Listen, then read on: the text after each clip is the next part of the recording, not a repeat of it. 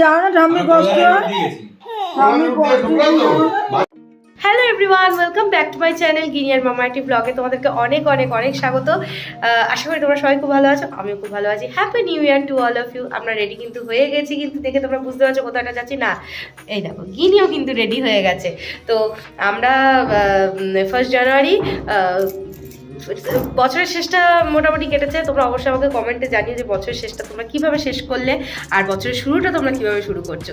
তো আমরা কোনো পিকনিকে যাচ্ছি না, রেডি হয়ে গেছি, একদম যাচ্ছি আজকে বড় মার কাছে। কোথায় যাচ্ছি? নৈহাটিতে বড় মার কাছে যাচ্ছি।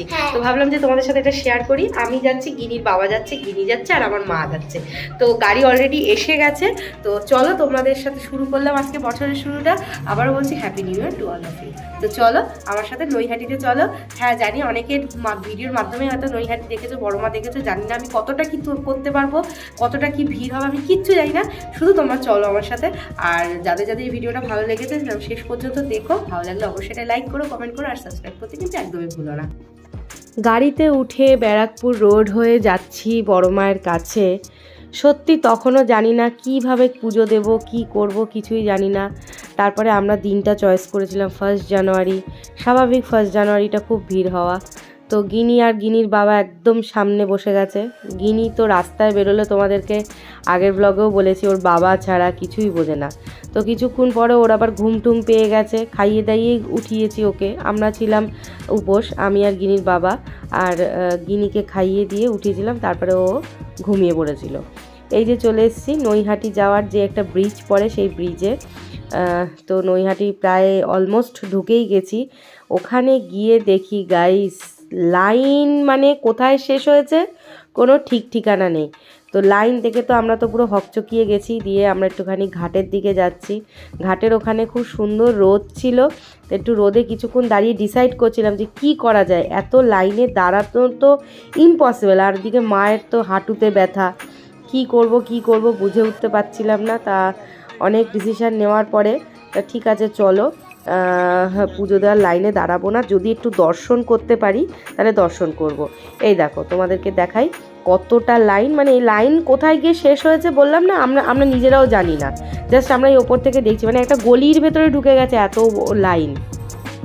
মানে লাইনটা মানে বলছি না, মানে আমরা পুরো হকচকিয়ে গেছি পুরো দেখে। তো দুদিকে, একদিকে লাইন আর একদিকে বড় মার ছবি বিক্রি হচ্ছে, দোকান ভ্যারাইটি দোকান আছে, সব দোকানেই ডালা বিক্রি হচ্ছে। এই দেখো লাইন, তোমরা দেখে বুঝতেই পারছো লাইন।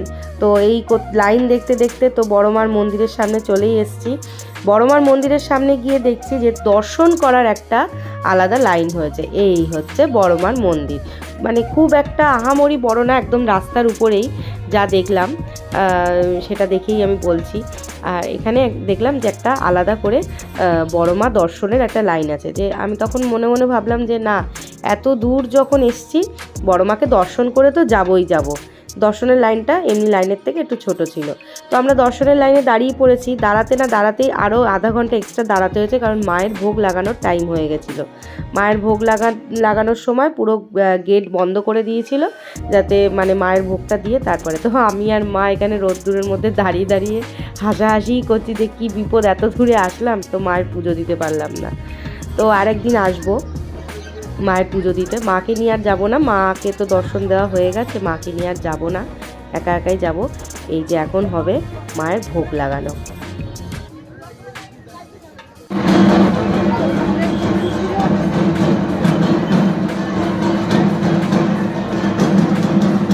মায়ের ভোগ লাগানোর সময় ঢাক ঢোল সমস্ত কিছু বাজছিল, এত ভালো লাগছিল কি বলবো, মানে গায়ে জাস্ট কাটা দিচ্ছিল। আর এদিকে আমাদের যত লাইনটা এগিয়ে আসছে তত যেন মনে হচ্ছে মাকে দর্শন করব, মাকে দর্শন করব। এই গেটের ভেতরে ঢুকলেই মাকে দর্শন করা যাবে।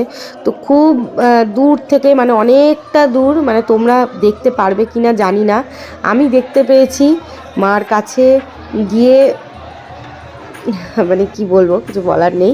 মাকে দেখতে পেয়েছি, এটাই হচ্ছে আমার পরম সৌভাগ্য। তো যাই হোক, আমাদের দেখা হয়ে গেছে, তো দেখে আমরা বেরিয়ে গেলাম। বেরিয়ে গিয়ে এবারে আমরা গাড়ির কাছে যাচ্ছি, যে কোথায় আমাদের গাড়িটা অনেক দূরে পার্ক করা হয়েছিল।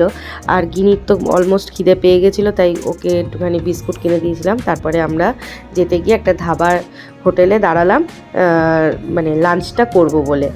তারপরে আমাদের খাওয়া দাওয়া হয়ে গেছে, খেয়ে দিয়ে আমরা একটু এই মানে এটা যেহেতু হাইওয়ে, একটু হাইওয়েতে একটু রোদে দাঁড়িয়ে, খুব শীত করছিলো, খুব ঠান্ডাও ছিল, তার মধ্যে আমি স্লিভলেস পরে গেছি, কি করব, তাই জন্য একটুখানি দাঁড়িয়ে ঠাড়িয়ে তারপরে গাড়ি উঠে ব্যাক টু হোম। তো খুব সুন্দর কাটলো আমাদের 1 জানুয়ারি। তারপরে একটু সন্ধেবেলায় বেরিয়েছিলাম, সেগুলো আর তোমাদেরকে দেখানো হয়নি। তা গিনির বাবা বলছে সন্ধেবেলায় 1 জানুয়ারি একটু ভালো মন্দ খাওয়া হবে না, তো ডিবাপির বিরিয়ানি খেয়েছিলাম। আর আমাদের শেষ করছি ভিডিওটা, দেখো আমাদের গেদু, আমাদের ছোট্ট বাবাইও কিন্তু বাড়ি চলে এসছে। তো চলো, তোমাদের সাথে দেখা হচ্ছে পরের ভিডিওতে, পরের ভাবে বাই বাই। তুই যাও না, ঠাম্মি কষ্ট